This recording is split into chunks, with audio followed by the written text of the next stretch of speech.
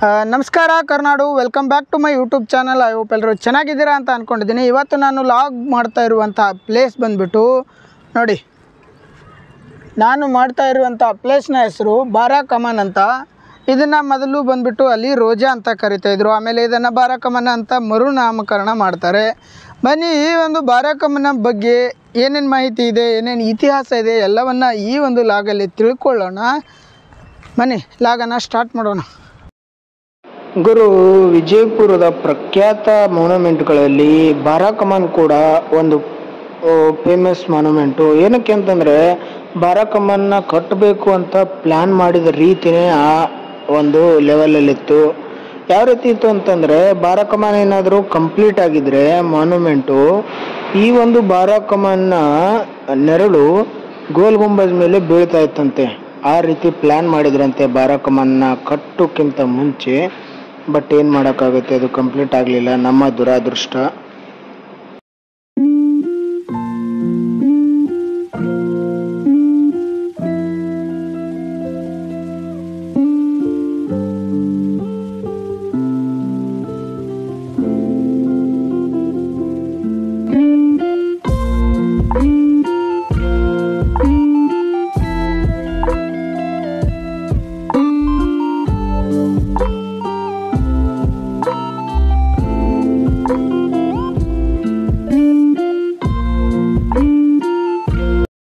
ಗುರು, ನೀವೇನಾದರೂ ಬಾರಾ ಕಮನ್ಗೆ ಬರಬೇಕು ಅಂತಂದರೆ ಅಲ್ಲಿ ಮುಂದ್ಗಡೆ ಕಾಣ್ತಾ ಇರೋದು ಬಸವೇಶ್ವರ ಸರ್ಕಲ್ಲು. ಅಲ್ಲಿಂದ ಸ್ಟ್ರೇಟಾಗಿ ಬಂದರೆ ಒಂದು 30 to 50 ಮೀಟರ್ಸಲ್ಲಿ ಬಾರಾ ಕಮನ್ ಇದೆ. ನೋಡಿ, ಇಲ್ಲಿದೆಯಲ್ಲ, ಇದು ಬಾರಾ ಕಮನ್ನು.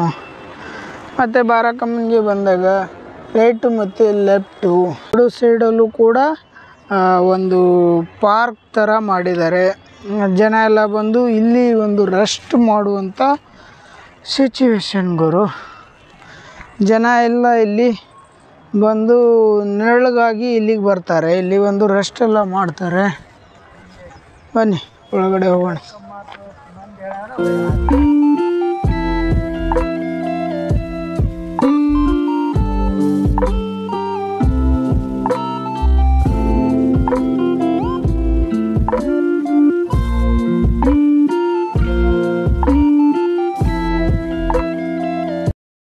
ಆ ರಾಜ ಮಹಾರಾಜರ ಕಾಲದಲ್ಲೆಲ್ಲ ಹೇಗಿತ್ತು ಅಂತ ಕೇಳಿದ್ರೆ, ಏನಾದರೂ ರಾಜ ತೀರ್ಕೊಂಡ್ರೆ ಅಥವಾ ರಾಜನ ಒಂದು ಅಂತ್ಯವಾದರೆ ಅಲ್ಲಿಂದ ಆ ಮಾನ್ಯುಮೆಂಟನ್ನು ಅಲ್ಲಿಗೆ ನಿಲ್ಲಿಸ್ತಾಯಿದ್ರು, ಅಂದರೆ ಅರ್ಧಕ್ಕೆ ನಿಲ್ಲಿಸ್ಬಿಡ್ತಾಯಿದ್ರು.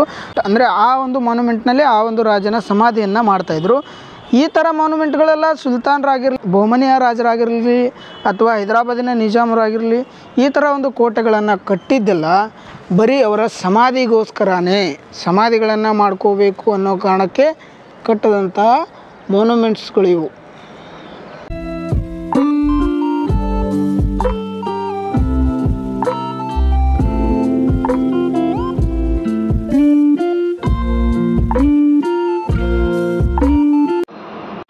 ಗುರು, ಈ ಒಂದು ಮಾನ್ಯುಮೆಂಟ್ನ ಮೊದಲಿನ ಹೆಸರು ಬಂದ್ಬಿಟ್ಟು ಅಲಿ ರೋಜಾ ಅಂತ ಕರಿತಾ ಇದ್ರು. ಇದಕ್ಕೆ ಬಾರಾ ಕಮನ್ ಅಂತ ಹೆಸರು ಹೇಗೆ ಬಂತು ಅಂತಂದರೆ, ಇದು 12 ಫ್ಲೋರ್ಗಳಲ್ಲಿ ಆಗಬೇಕಾಗಿದ್ದಂತಹ ಪ್ರಾಜೆಕ್ಟು, ಹೀಗಾಗಿನೂ ಬಂದಿರ್ಬೋದು. ಅಥವಾ ಈ ಒಂದು ಮಾನ್ಯುಮೆಂಟ್ಸ್ಗಳನ್ನು ಕಟ್ಟಿದಾರಲ್ಲ ಬಿಜಾಪುರದಲ್ಲಿ, ಈ ಎಲ್ಲ ಮಾನ್ಯುಮೆಂಟ್ಸ್ಗಳಿಗೂ ಕೂಡ ಒಬ್ಬರೇ ರಾಯಭಾರಿ ಆಗಿದ್ರು. ಆ ರಾಯಭಾರಿಯ 12ನೇ ಮಾನ್ಯುಮೆಂಟ್ ಅಂತ ಇದು. ಆ ಕಾರಣದಿಂದನೂ ಇದಕ್ಕೆ ಬಾರಾ ಕಮನ್ ಅಂತ ಆ ವ್ಯಕ್ತಿ ಇಟ್ಟಿರ್ಬೋದು ಅನ್ನೋದು ಇಲ್ಲಿನ ಜನರ ನಂಬಿಕೆ ಆಗಿದೆ.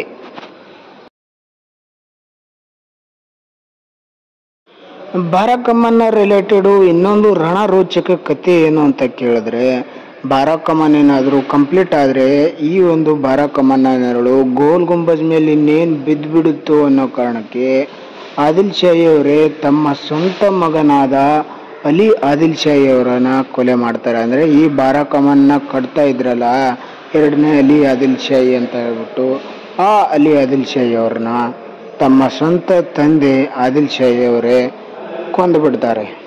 ಇನ್ನೇನು ಇವರ ಒಂದು ಬಾರಾ ಕಮನ್ನ ನೆರಳು ಗೋಲ್ ಗುಂಬಜ್ ಮೇಲೆ ಬಿದ್ದರೆ ಗೋಲ್ ಗುಂಬಜ್ನ ಪ್ರಖ್ಯಾತಿ ಹೊರಟೋಗುತ್ತೆ, ಗೋಲ್ ಗುಂಬಜನ್ನು ಯಾರು ನೋಡೋದಕ್ಕೆ ಬರೋಲ್ಲ ಅನ್ನೋ ಕಾರಣಕ್ಕೆ ಕೊಲ್ತಾರೆ ಅಂತ ಹೇಳಲಾಗುತ್ತೆ.